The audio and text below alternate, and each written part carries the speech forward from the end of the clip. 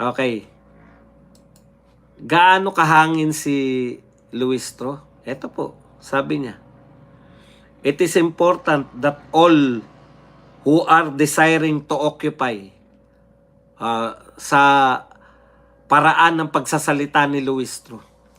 It is important that all who are desiring to occupy a public position in the future should be the best example of his mandate of accountability. Ano yung pinagsasabi mo? Meron ng additional ngayon? Ha?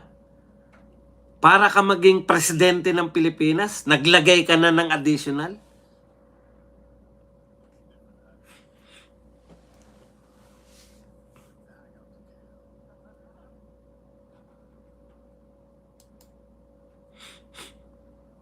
Ang sinasabi ng batas, ganito lang po. Pag ikaw ay 40 anyos na, naninirahan na sa Pilipinas, ikaw ay pinanganak na Pilipino, natural born citizen, 40 anyos, marunong magbasa at magsulat, at binoto ka ng tao. Yan lang po ang kwalifikasyon para ka maging presidente. Binoto ka ng tao.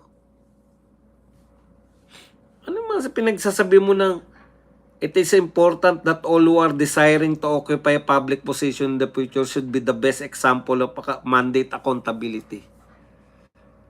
Ano meaning mo ng best example? Sino magsasabi na, ito ay mga best example to ng mandate of accountability? Ikaw? Ikaw na hindi nagbabayad ng utang kay BP Sara? Ikaw ang best example ng mandate of accountability? Ikaw na umamin na nagtago sa iyong asawa na kinasuwa ng kung anong kaso? Ikaw ang magpapasya? Luistro? Di ka nga nagbabayad ng utang eh.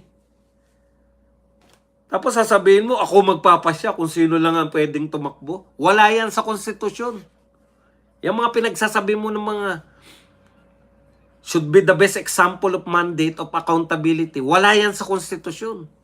Ang nakalagay lang sa konstitusyon, 40 anyos. Natural born citizen. Able to read and write. At buhay ka. Hindi ka naagnas. Wala kang English accent.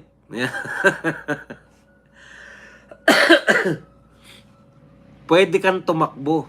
Pag pwede kang tumakbo, pwede kang manalo. Yan po ang kwalifikasyon. Pinagsasabi mo.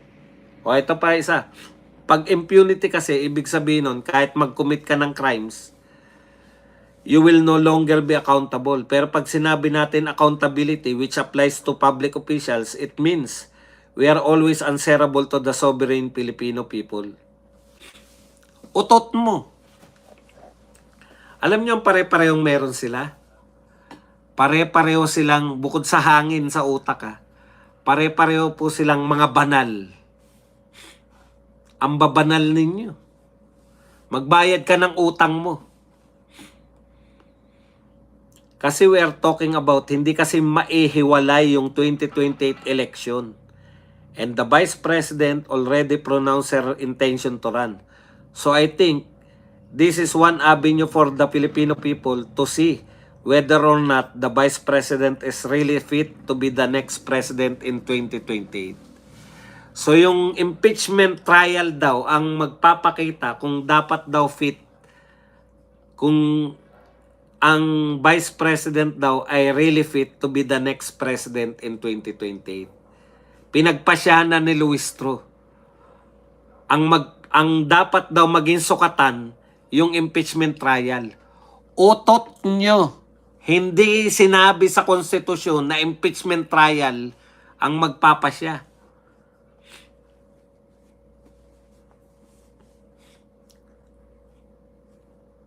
Kinakailangan, ikaw ay natural born citizen, pinanganak kang Pilipino, 40 years and above. able to read and write, at wala kang English accent. Yan lang. Ay, dagdagan pa pala. At ikaw ay hindi nagsusulat habang umaandar ang bus. Hindi ka rin nagsusulat habang nagpapadoktor. Yan po ang mga katangian ng isang presidente ayon sa konstitusyon. Dinagdagan ko na.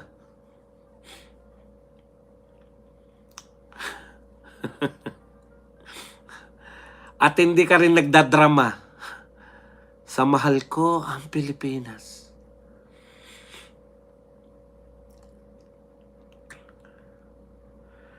Kaya, ang lalakas ng tama ninyo. Kung ano-ano mga pinagsasabi ninyo na sukatan, impeachment.